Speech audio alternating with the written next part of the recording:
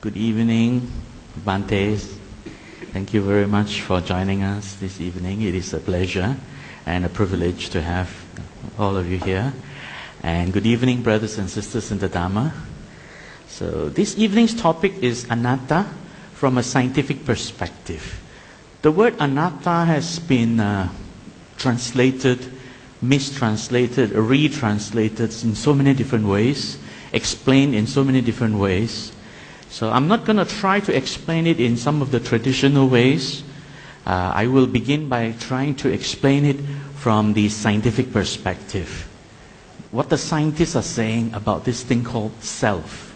Okay? So we're going to explore these scientific explanations, how we personalize our body and our the experience of the body, and that gives rise to this notion there is a self. Okay? And that leads to this mental construction of the self. That's what we're going to cover today. And I will also touch a little bit on some of the learnings I have received from Bhante Punaji about how the self arises from the Buddha Dharma perspective towards the end. So the first half of it will be very much on the scientific perspective. Okay? So if we go back in time, once upon a time, what do people think? What is the center of the universe? In ancient times, long ago, people thought, oh, the earth is the center of the universe. Right? And they continue to think like that for thousands of years, until about 500 years ago, two well-known philosophers, Copernicus and Galileo, they began to explore, and they began to peep into the universe, into the skies with telescopes. And what did they find? Galileo basically came to the conclusion, the sun is the center of the universe. And at that time, universe basically meant the solar system. They didn't know about other planets outside the solar system or other galaxies. But what happened now, today, 21st century? Where is the center of the universe? Where do you think it is? Everybody thinks he is. I am the center of the universe. It's I. The notion of I has become so strong, so powerful now, that everybody really does everything centered around the self. And the word Anatta, one of the translation is very confusing. It's called non-self. When I first looked at the word Anatta some years ago, and it was translated as non-self, I was totally confused. What's the meaning of non-self? Either you have a self, or you don't have a self. You don't have a non-self. Right? So it was quite confusing for me. But fortunately, with the help of Bhante and also doing a bit of research into the scientific explanations, I gained a much better understanding of what this thing called self is and how it arises. So in a nutshell, we're going to cover a little bit about a few important points. One of the important points I'd like to talk about is that we are organisms in an environment. That means we are all operating, interacting, surviving, right? Aging and suffering in this whole environment. We are organisms, animals are organisms, plants are organisms, bacteria and cells are organisms. So we're all organisms in an environment. So that leads us to a few very important things to talk about because of this idea of the self. How does the self fit into this organism in an environment? So what is this thing called self? It's one of the questions we always ask. Another question is, does self exist? Is there an existence of the self? Another question very commonly asked is, how does it arise? How did this self arise? Right?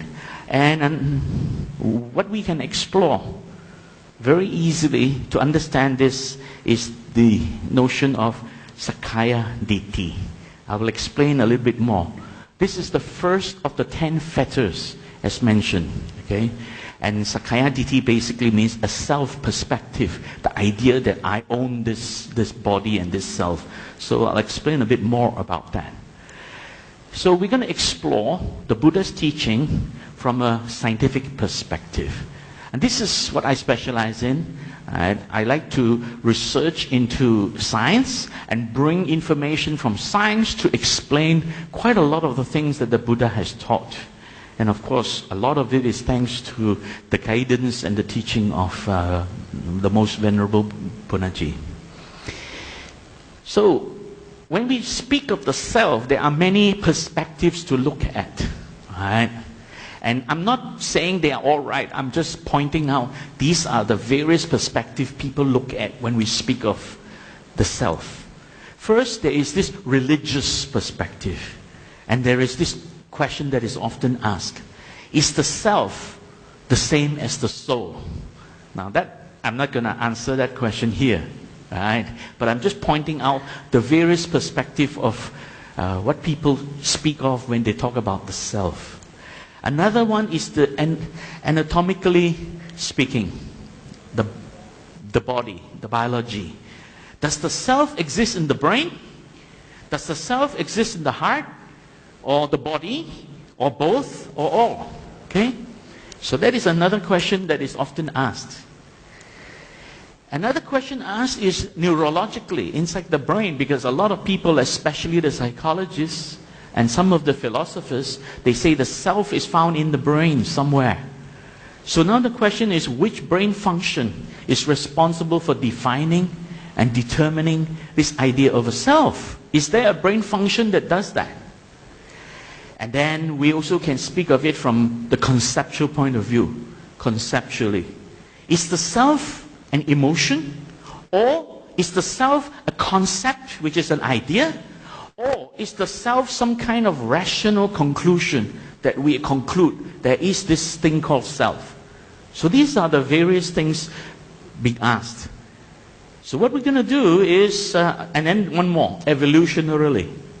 And this is also often mentioned by some scientists, that only human beings are capable of conceptualizing this thing called self.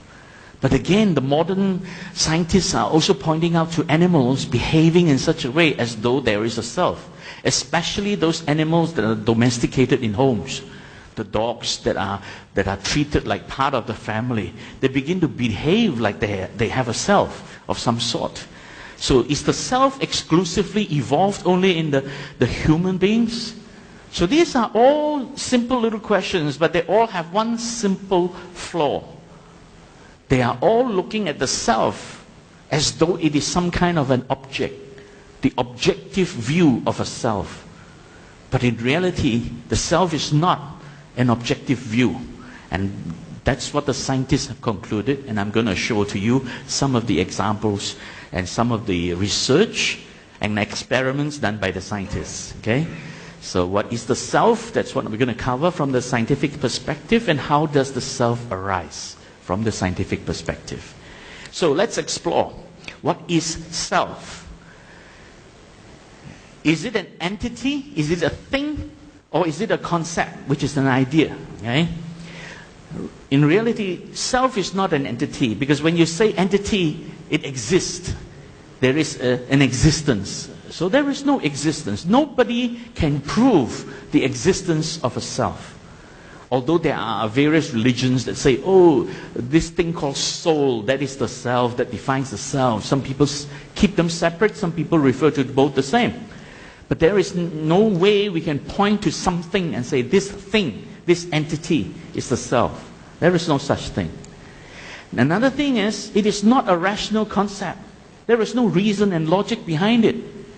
If there is, people would have explained it and everybody would have understood it. Logic is one of the easiest things to understand in the world. 1 + 1 is 2. Nobody can doubt that. But no one can logically explain and reason out what is the self. So the self is also not a rational concept, logical concept. It is not.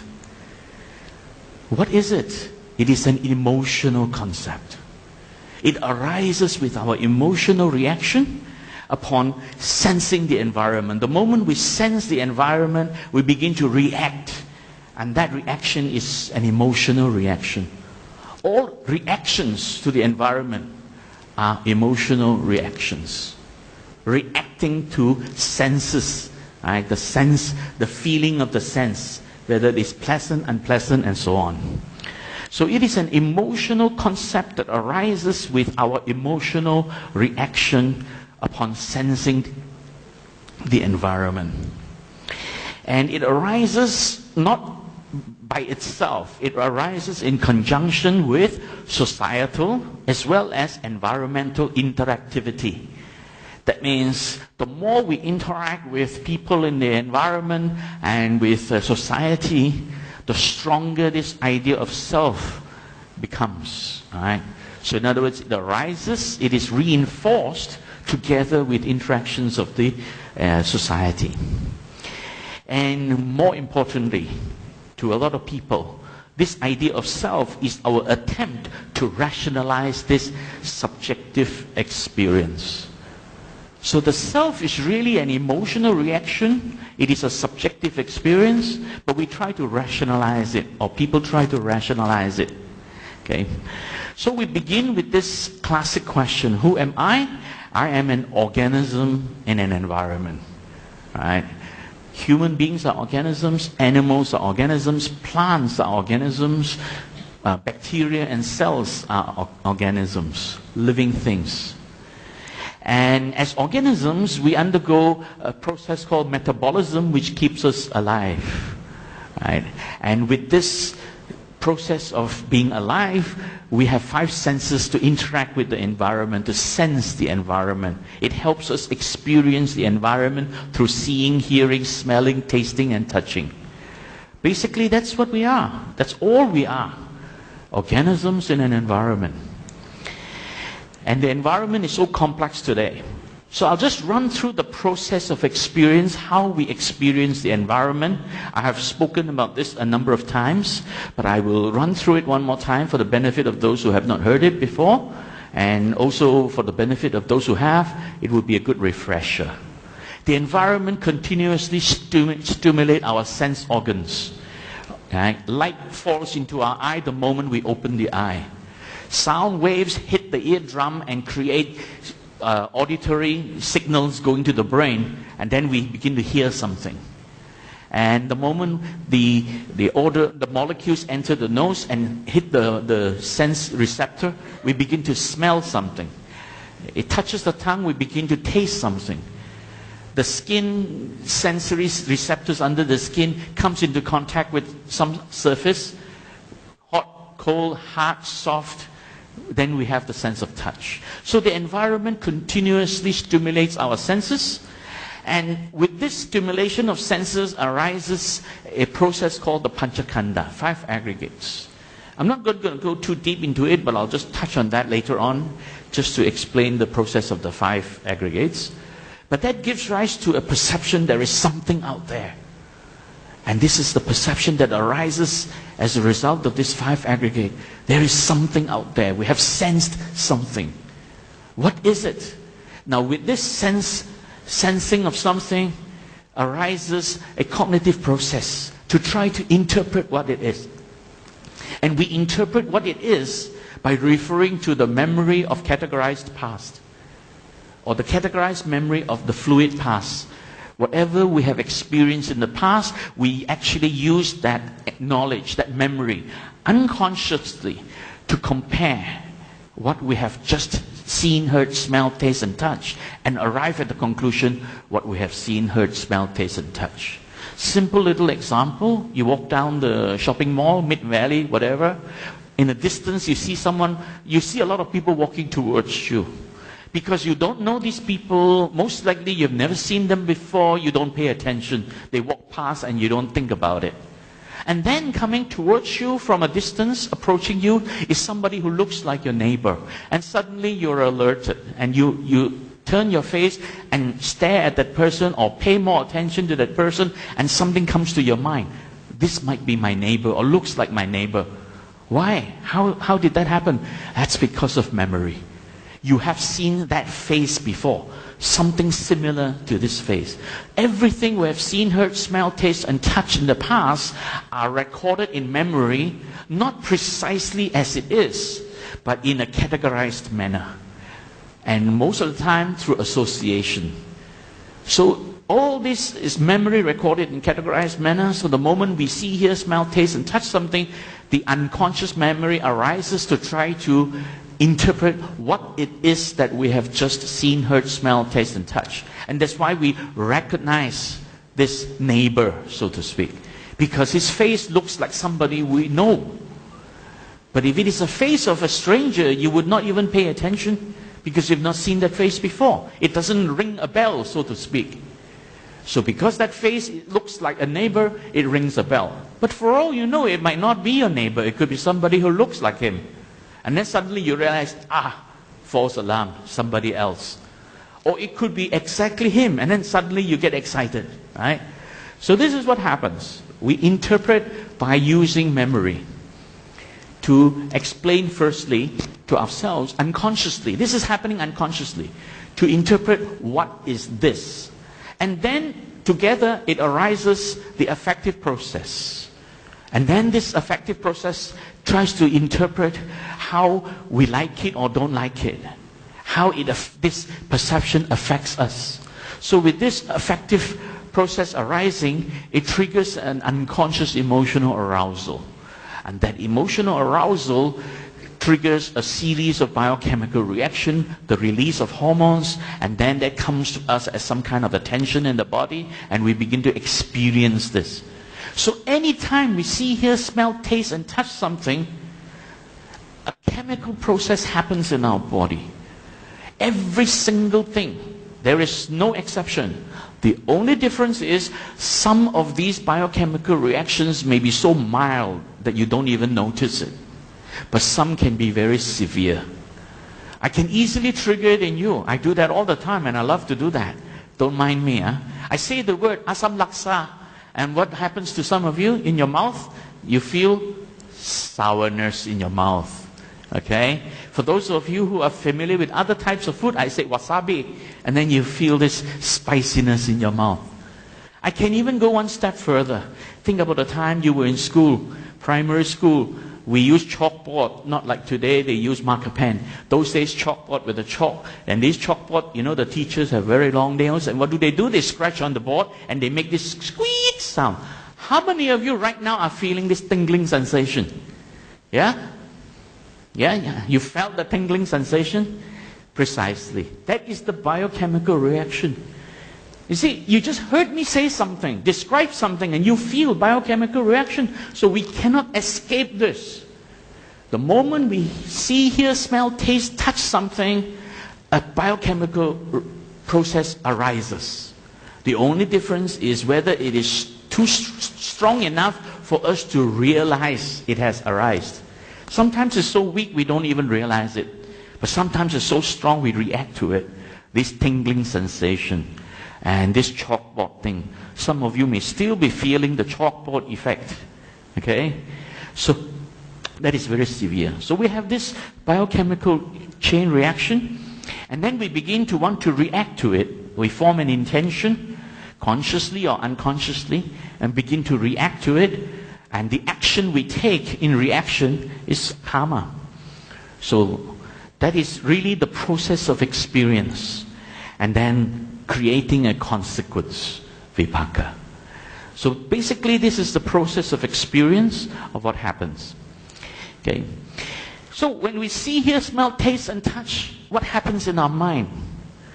You see, we take this simple little example of this lady looking at the dog. Whether she sees the dog or not is dependent on the presence of the necessary condition. The first condition, she must be facing the dog. If you're not facing that dog, you won't see the dog, right? The second condition, her eyes must be open. Another condition, the dog must be out there. If there is no dog, then there is no dog to be seen. And then what happens?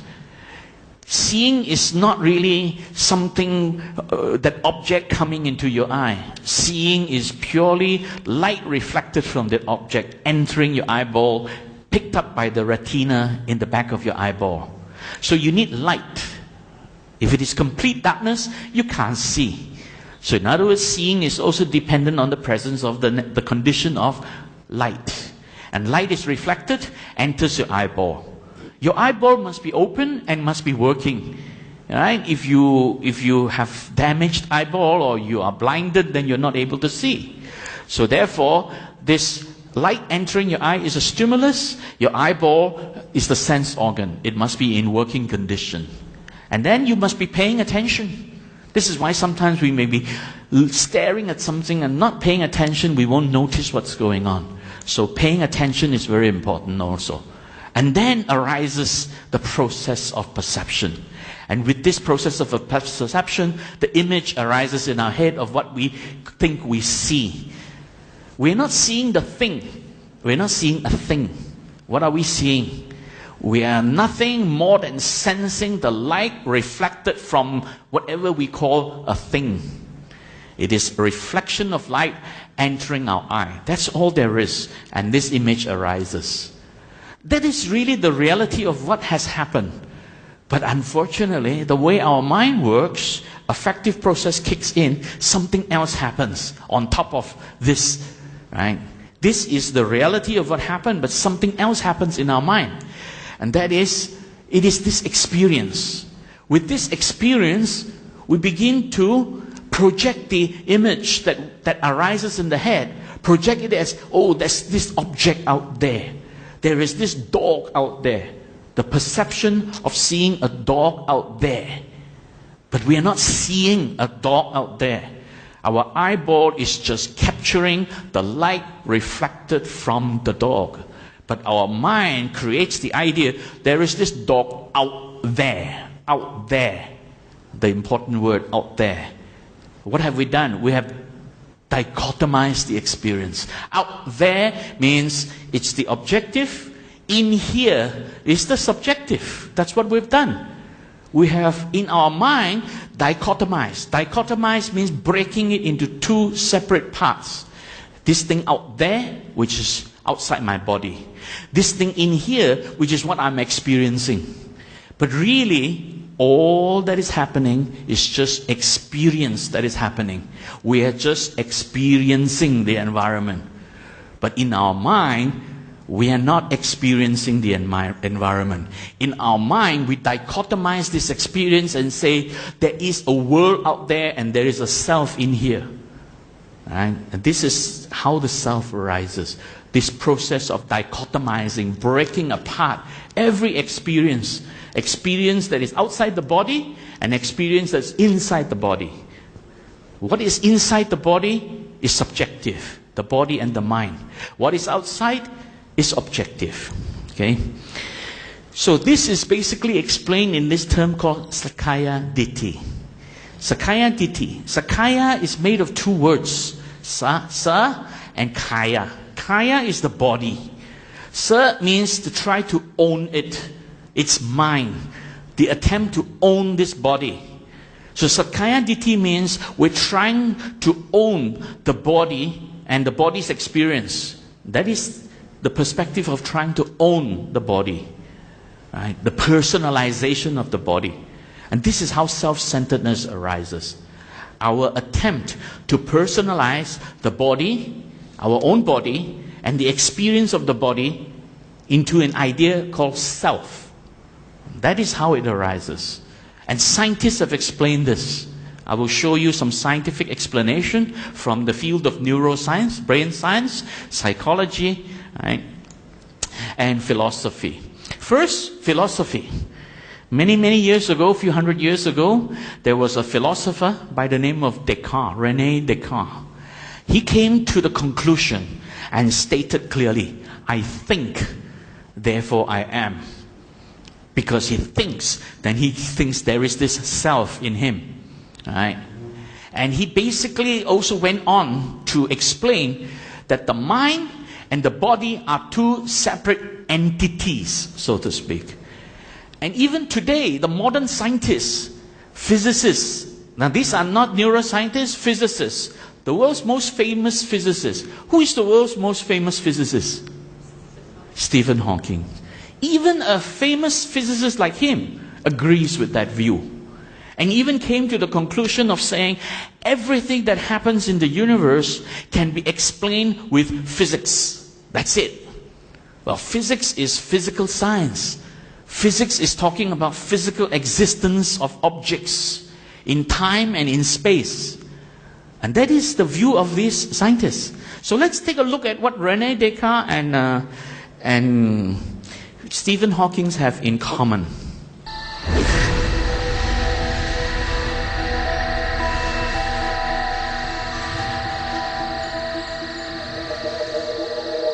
We humans are a curious species.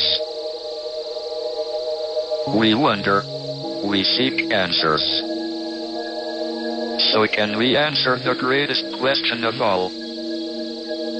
Is there a meaning to life? You might think it is a philosophical question, but I think philosophy is dead. I believe science holds the key.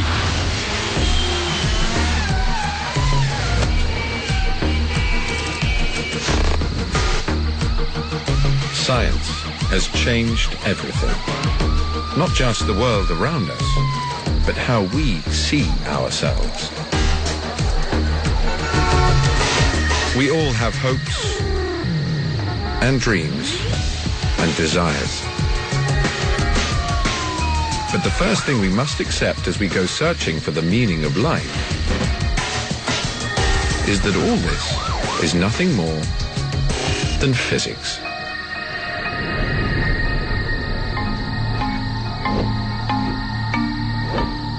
You see, the entire universe works according to the laws of nature, such as gravity. These laws control everything, from the inner workings of atoms to the collisions of colossal galaxies. I see no reason why we tiny humans should be the exception to the rule. After all, we are made of the exact same materials, operating to the very same principles. So the challenge is to explain what humans really are and how we, small, insignificant beings, relate to the enormous, ancient, and rather beautiful universe that produced us. Only then, I think, can we discover if there is a meaning to our lives, and perhaps even what that meaning is. The first person to make any real headway with this thorny question was a man by the name of René Descartes. You may know Descartes as the father of modern philosophy, but I consider him to be a pioneering forefather of science. Descartes proposed that humans are made of two distinct components, the body and the mind. He made careful anatomical drawings of the body. He saw it as a complex biological machine. But he was certain the mind was different. He proved this with a simple thought experiment. He tried to imagine that he had no physical body, as if he was floating around like a ghost.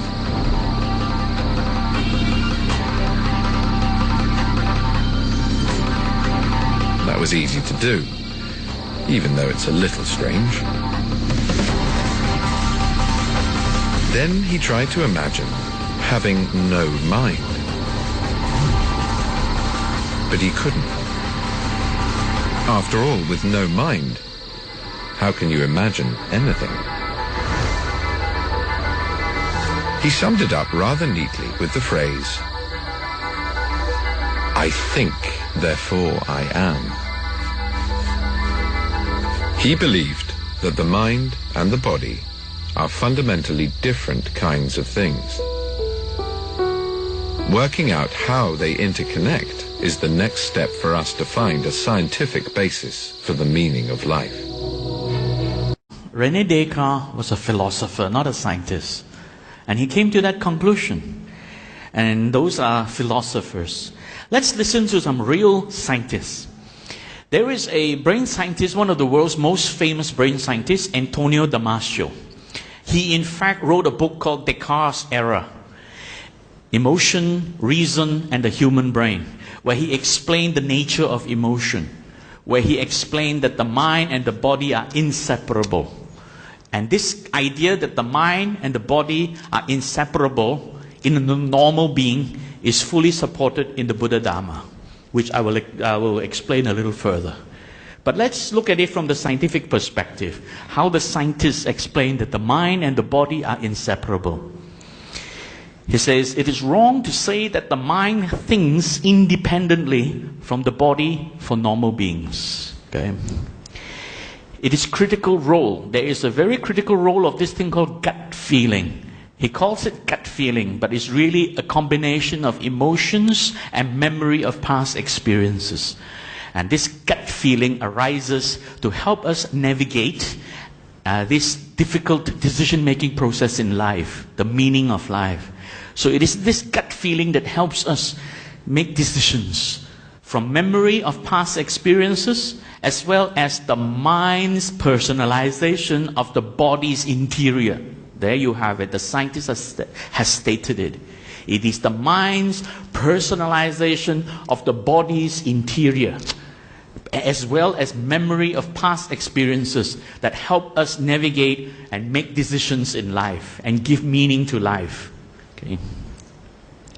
And these gut feelings lead us to reject certain course of actions or certain course of decisions, which may be rational and good, but we reject them and we choose a more emotional and personalized explanation or decision making, to choose among fewer alternatives. So our mind tries to simplify world around us by choosing to follow the gut feeling, which is an emotional thing. So in other words, we may even reject rational explanations and rational reasons for doing something, and we choose an emotional reason, the gut feeling. So that's what that's what Antonio Damasio has stated, and he disputed that René Descartes has made a mistake. But for some strange reason, a guy like Stephen Hawking supports the idea of René Descartes. Okay. Now, then Antonio Damasio went on to explain this gut feeling in decision making. All the things that you go through in your life in terms of decisions are inevitably accompanied by some kind of emotion, positive or negative. Each decision has some kind of similarity with a decision of the past. And when you are in a position to decide once again, you will call up an emotional memory that will appear as a gut feeling and will lead you in one direction or another. So what you have is literally a navigational aid, something that helps you get to the right decision. And if that is broken down, then you're at the mercy of facts and logic. And that's just not good enough. So, facts and logic is not good enough for us. We want to follow the gut feeling, the emotional basis for decision making. So let's explore further about this thing called the brain, right? The activity of which gives rise to the process of the mind, right? If the brain has no activity, there is no mind. So the mind arises as a result of the activity of the brain. So we experience the environment through the central nervous system, which is made of two parts, the spinal cord and the brain. And with the spinal cord, we interact through our sense organs, which carry information to the brain, and the brain processes it and sends messages back down to the rest of the body to react to our environment and our sense perception. Okay. So the brain evolved over millions of years into three basic layers, or three main layers. The oldest part is the brain stem, which is responsible for autonomic functions in the body to keep us alive. So the brain stem is the survival brain that keeps us alive. Right? It is not able to think. It reacts automatically, autonomously. Right? Autonomic functions like breathing, heart rate, blood pressure, digestion. All these we can't control. It is happening because of activities in the brain stem.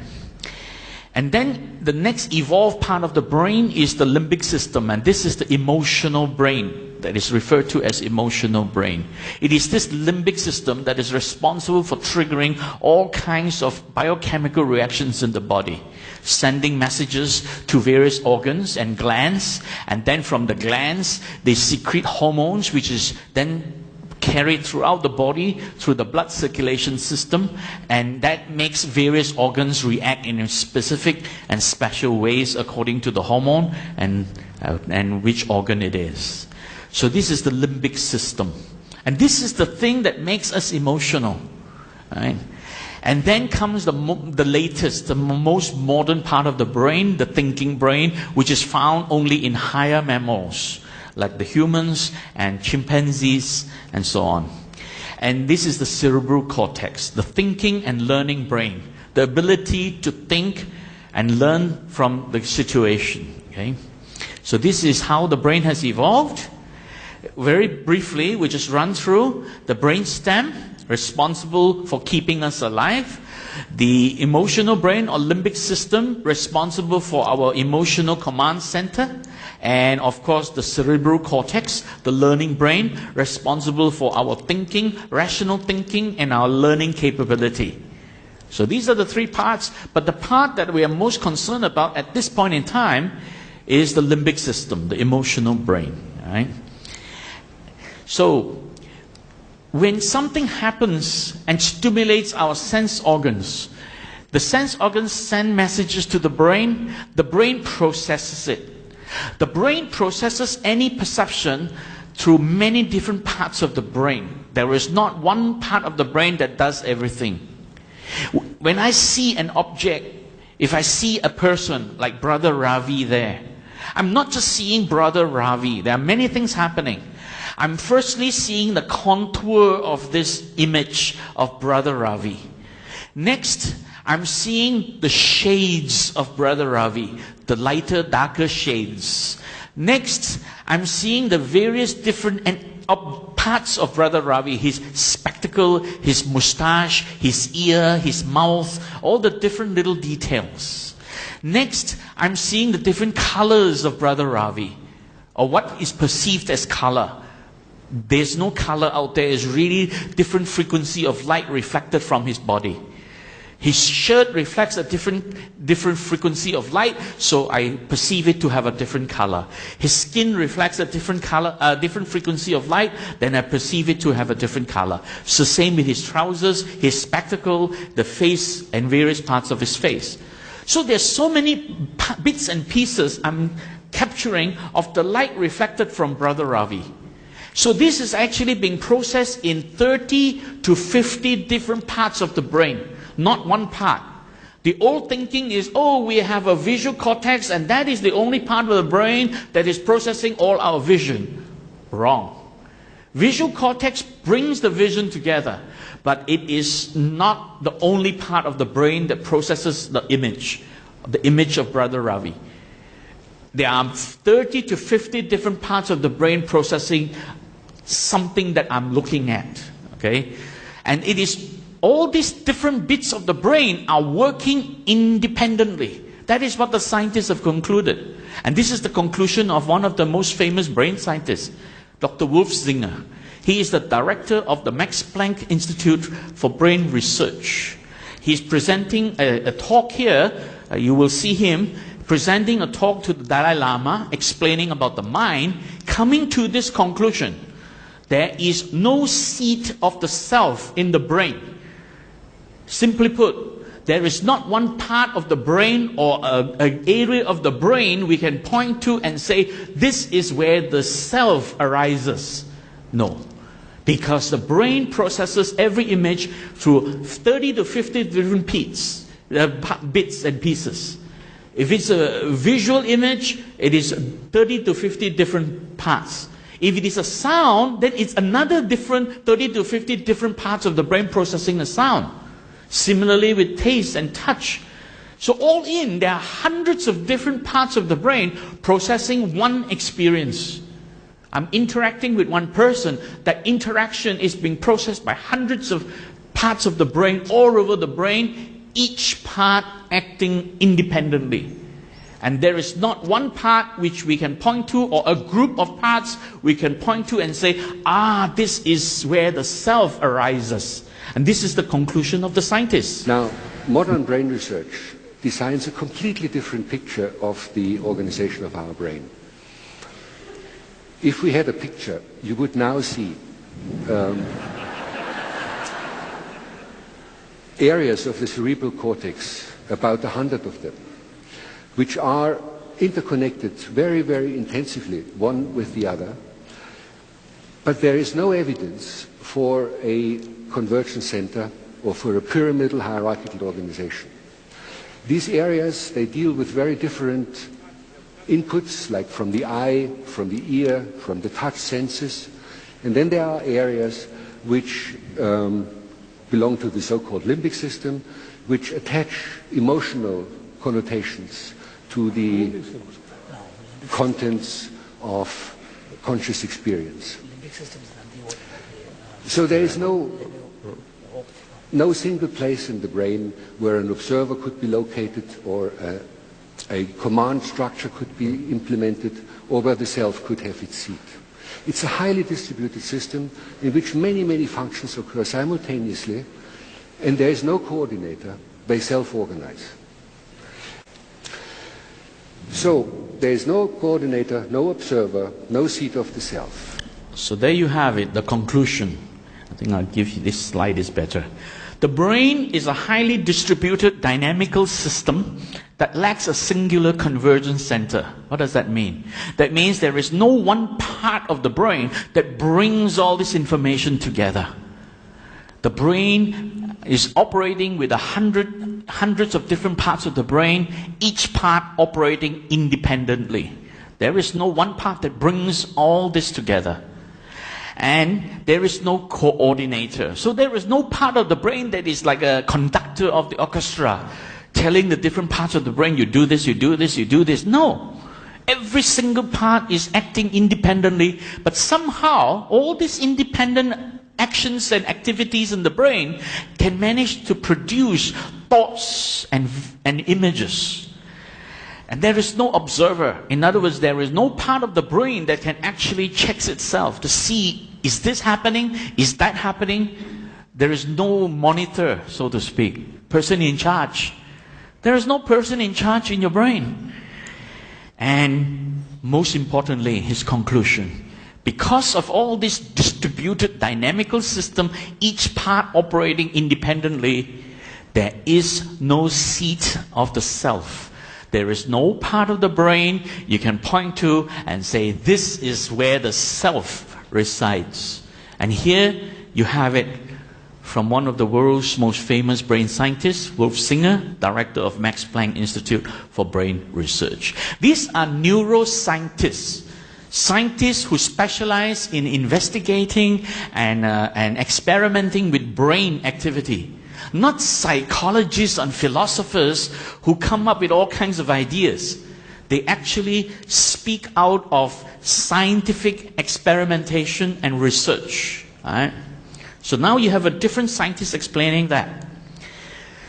Now we go back to Antonio Damasio. He went on further to explain about this idea of the self. And this is in fact the most crucial piece of evidence from the scientists to explain how self arises. And he explains consciousness. And here you have a good definition of consciousness. Right? Consciousness is not just being aware of something happening, not just having images of something out there. Consciousness is the understanding that there is a world out there that you interact with, and there is some kind of a self in here. Right? That is the level of consciousness that the brain scientists are talking about. Not just being aware of some objects or visions out there. So he's explaining how this self arises in the process of consciousness. What is consciousness? What is a conscious mind? And we could take a very simple view and say, well, it is that which we lose when we fall into deep sleep without dreams, or when we go under anesthesia, and it is what we regain when we recover from sleep or from anesthesia. But what is exactly that stuff that we lose under anesthesia or when we are in deep, dreamless sleep? Well, first of all, it is a mind, which is a flow of mental images. And of course, consider images that can be sensory patterns, visual, such as you're having right now in relation to the stage and me, or auditory images, as you're having now in relation to my words. That flow of mental images is mind. But there is something else that we're all experiencing in this room. We are not passive exhibitors of visual or auditory or tactile images. We have selves. We have a me that is automatically present in our minds right now. We own our minds, and we have a sense that it's every one of us that is experiencing this, not the person who is sitting next to you. So in order to have a conscious mind, you have a self within the conscious mind. So a conscious mind is a mind with a self in it. The self introduces a subjective perspective in the mind, and we are only fully conscious when self comes to mind. So what we need to know to even address this mystery is, number one, how minds are put together in the brain, and number two, how selves are constructed. But what about the self? The self is really the elusive problem. And for a long time, people did not even want to touch it, and because they say, how can you have this sort of reference point, this stability that is required to maintain the continuity of selves day after day? And I thought about a solution to this problem is the following. We generate brain maps of the body's interior and use them as the reference for all other maps. So let me tell you just a little bit about how I came to this. I came to this because if you're going to have a reference that we know as self, the me, the I in our own processing, we need to have something that is stable, something that does not deviate much from day to day. Well, it so happens that we have a singular body. We have one body, not two, not three, and so that is a beginning. There is just one reference point, which is the body. The self arises because we have this body and we create brain maps of the body. Let's re-examine what he has said. Okay, he says, mind is a continuous flow of mental images. Here, mental images are not referring only to visual images. He's also referring to sound images. Sound is a kind of image in the head. Also taste, right? Smell and touch, tactile, touch. All these are images in the mind. So basically the mind is a continuous flow of all these images from interaction with the environment. And a conscious mind, he has defined a conscious mind or consciousness per se. A conscious mind is a mind where there is a self in it. He's not saying the self exists, but he says there is a self in the mind, inside the mind, right? He's not saying it physically exists. He's saying there is a self inside the mind. So self is a mental construct. And the self introduces a subjective perspective in the mind. Subjective meaning me, I, myself, right? So in other words, it only relates to what is within the mind, subjective. Not objective. Objective is out there. Subjective is in here. So the self introduces this subjective perspective. And this is what the scientists are saying. He's one of the top brain scientists in the world. And he says, we are fully conscious when self comes to mind. In other words, he's defining consciousness to be a state of mind where there is a self that arises. Then we become conscious of our environment and ourself. The subjective, the objective, right? And he says we need to know two things. Firstly, how the minds are put together, and secondly, how the selves are constructed. We've already covered earlier on how mind is put together with the perception, cognitive activity, cognitive process, affective process, right, biochemical reaction. That is basically how the mind puts together all this information. But the next point he's pointing out is how these selves are constructed. In other words, how does our mind create the idea of a self? And he went on to say, it's because we generate brain maps. Inside the brain, we generate maps of various parts of the body. In other words, your brain has a map of every part of your body. Try this. You close your eyes, you raise your hand, and you know where your hand is. Because your brain has a map of every part of your body. There's no such thing as you close your eyes. Just because you close your eyes, you can't see your hand, and you don't have any idea where your hand is. That doesn't happen. So basically, it's because of the map that is created of every part of your body. Inside the brain, you have a map. And that's how you relate to yourself. And we use this map, unconsciously, we use this map to relate to the world out there. Right? For all other maps of the world. Everything else that happens out there, we use this map to try to relate to it. Right? And therefore, the body and the experience of the body become a reference point for the self. There you have it. One of the world's top brain scientists has explained it. It is the body and the experience of the body that gives rise to this idea we have a self in the mind.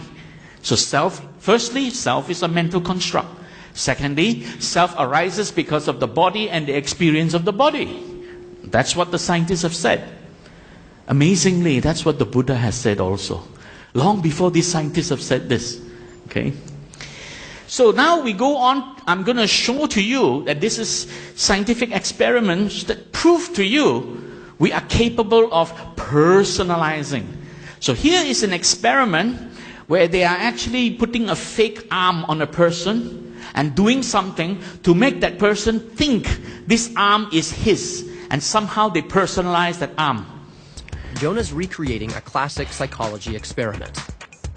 The rubber hand illusion is a funny hack of the brain where you can convince people very quickly that this rubber arm is actually their own arm. He's setting up a stand at Venice Beach, where he'll test volunteers to see if they can experience sensations in a hand that's not theirs. Welcome to the rubber hand experience. I want you to put your left hand right here and put your right hand right here. Jonah has participants hide their right hand out of sight behind a divider. Just gonna drape this so it's as if it's your real hand. While he places a rubber hand on the table in front of them. Just stare at this hand. Jonah primes participants by brushing both the fake and real hand simultaneously, a process which helps the brain link the feeling to the fake arm. I feel like you're doing that to my hand, but that's not my hand. My hand's over there. So that's kind of weird. That's kind of weird. Now that Jonah has linked this volunteer's brain to the new hand, he's got an even bigger surprise for her. That was a little bit scary. Good plan. Oh my goodness. When you hit that thing, I thought I was gonna lose my hand. So that was so scary. And it really felt like that was like I could move those fingers if I wanted to. My brain decided that that I could feel that. And that you hitting that was hitting me. That's so strange how it does that. Impressive, right? Let's see how many other people fall prey to this mind game. My name's Jonah. Okay, so you keep on staring at that hand.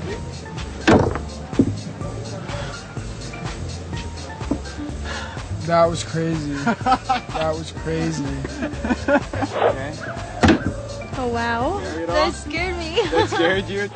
Although around 10% of the participants weren't able to mentally connect the fake hand to their body. Did it feel like I smashed your hand at all? No. Nope.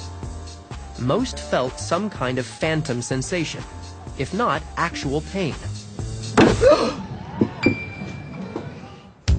Jonah is hacking into these people's mental body maps, Oh my God. causing them to connect information inaccurately. Right. So you can see, even the fake hand, people think it is their own hand. Because it is made to make him feel as though it is his hand. So our mind actually tries to personalize that. And that is really what happened. That process cannot be avoided.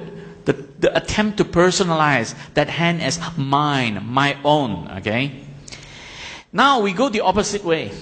Something happens out there, so to speak, and you will find people doing the opposite, alienating the objective. Oh, that's not me, not me, not me. Even though they were responsible for doing it, right? They would push it away because of this fear of losing face. So they have this alienating the objective, something out there. They push it away. So here is a supermarket where they rig something to fall down when somebody touches it. You get a free stuff. What's this thing? It's empty. What? And we can capture our ancient instincts in action. How will unsuspecting shoppers react to a pile of cans we've rigged to collapse? I didn't do it. Until that moment, the shoppers all around us are simply people we are unlikely to see again, and we don't pay them much attention. But the split second the pile collapses... I didn't touch it. I didn't even touch it. We care what mere passers-by think of us. Suddenly, our reputation is on the line. And we are keen to leap to its defense. I didn't take from the bottom, I swear.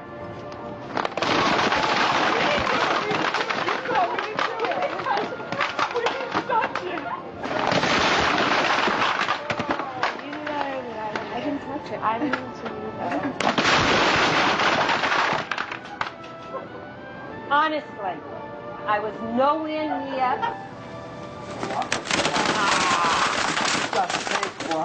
It's a reminder of how important our reputation can be.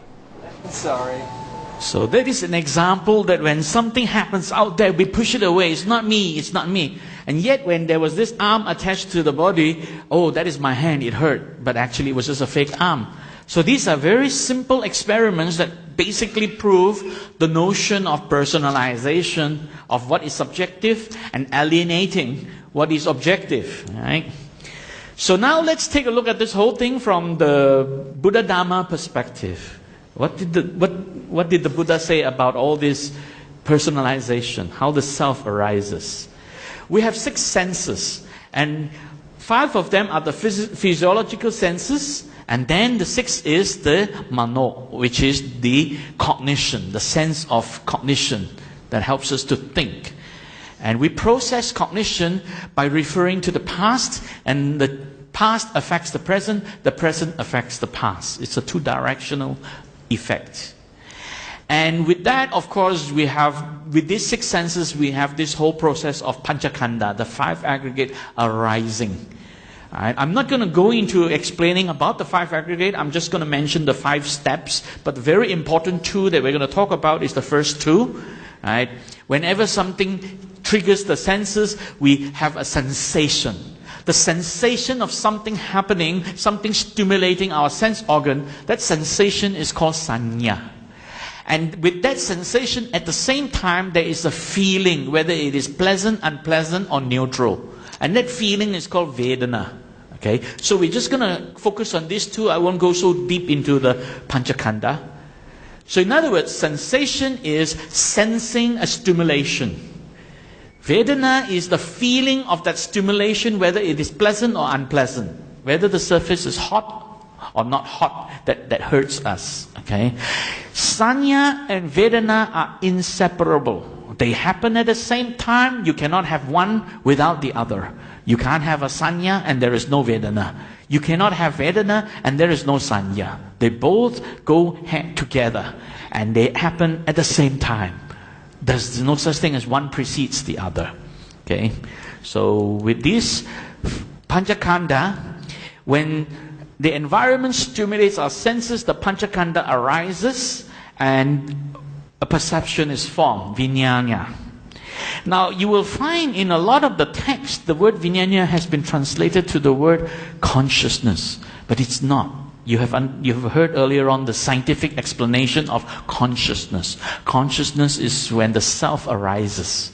So the translation of Vijnana to the word consciousness is scientifically incorrect. Right? So it is really perception. Perception is the idea there is something I have just experienced. And this perception needs to be interpreted. So the cognitive process is a rational process that interprets what is this by drawing on past memory, mano. The process is mano, drawing on past memory to interpret what is this. But at the same time, the affective process arises. The chitta arises to try to interpret how it affects me, whether it is pleasant, unpleasant, and so on. And then we have this intention to do something about it. Okay? So going back to this, looking at the dog, right?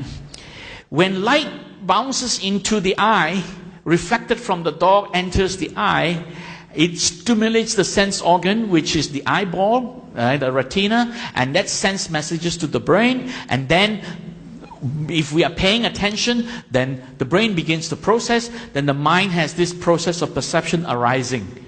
And this image is formed. And this is the time when our chitta begins to try to personalize it. Right? To try to personalize this experience. What really happened there is purely an experience. Everything is experiential. Everything that is happening around us is just a continuous flow of experience, and yet we try to personalize it. We try to personalize it with this idea that, oh, we have seen something out there. In the mind, we create the idea it is something out there, right? And this breaking into the idea that there's something out there and not realizing it's all in our mind, that is dichotomy. Something out there is objective. In here is subjective. So that is really continuously happening. And how does that happen? This emotional reaction, it happens because of sanya and vedana. Sanya is the sensation. This sensation leads to the arising of a cognitive process. And this cognitive process gives rise to the awareness or the perception of this objective world out there. And it gives meaning to what has been perceived. So sanya leads to the arising of the idea of the objective world out there. Right? Sanya gives rise to this cognitive process. Vedana is the feeling, and that gives rise to the affective process. And this affective process, what does it do? It gives rise to the emotional reaction, tanha. Right? Or we call this the subjective experience. So basically, Vedana leads to subjective experience within. Right? And the subjective experience is whether something is pleasant, unpleasant, or neutral. If it is pleasant, then we have this lobha arising. Right? The lust and the greed for something pleasant. And this is the reaction, kama tanha, the reaction to sensation or sensual pleasures. If it is something neutral, it gives rise to the idea of a delusion of an existence. And this is bhava tanha, the idea that we exist. If it is something unpleasant, we want to get rid of it. And that leads to lobha, ill will, hatred, wanting to get rid of it. And this is the vibhava tanha. Right? So basically these are the things that arise in the mind because of Vedana. The reaction comes from the Vedana. And the reaction is called tanha. So I hope I have explained it correctly, Bhante. It's okay. Alright? And when that arises, we begin to personalize the experience. Right? This personalization process is called upadana. And we try to personalize the subjective experience and call it mine. Something inside, it's mine, my feeling. You know, you knock your hand against the wall, and then it feels painful. You never say, that hand is feeling painful. You never say that. What do you say? My hand is feeling painful. Yeah? Sometimes we even go further than that. We even try to personalize our car. Oh, my car. Don't touch my car. Don't play with my phone. You know, we personalize so many things. We even personalize more than what is in the body.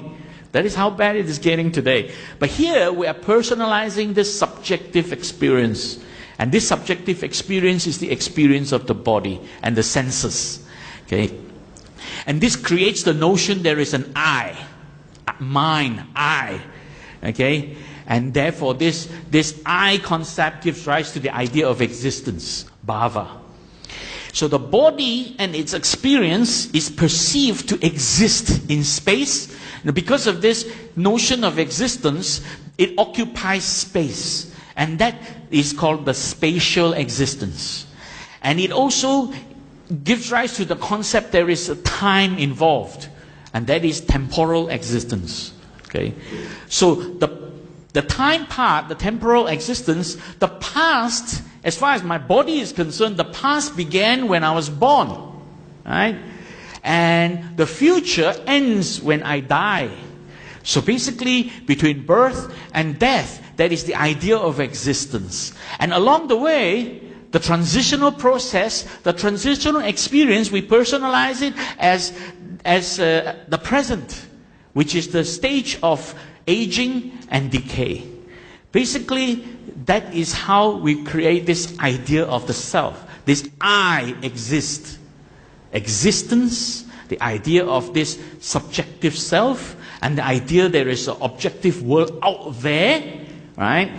So in a nutshell, how the self arises, that is the subjective self, which is the atta, came into being when this emotional reaction to sensations led to the personalization, upadana, of the reaction as mine, right? And then we alienate what is out there, the world out there, the loka. It's not mine, okay? And the subjective is personalized, the objective is alienated, and that gives rise to the notion of existence, a self existing in the world, and this is existential thinking. And this is why people who think they have done away with Sakaya Ditti, you know what do they say? Oh, I have no self. Yeah? So basically, Sakaya Ditti is referring to the simple notion that we try to personalize and own this bodily experience. But the reality is that this self is an emotional concept, right? And because of the personalization of the body, the experience of the body as the self. So I hope you've understood, largely from the scientific perspective, how the self arises, and hopefully from the Buddha Dharma perspective, how the self arises. The two are basically consistent. Modern scientists, I'm not talking about philosophers and psychologists who come up with ideas of their own. I'm talking about scientists who do research and investigation, such as Antonio Damasio and Wolfsinger. They arrive at the conclusion how this self arises. And it is fully consistent with the teachings of the Buddha. So basically that ends my talk.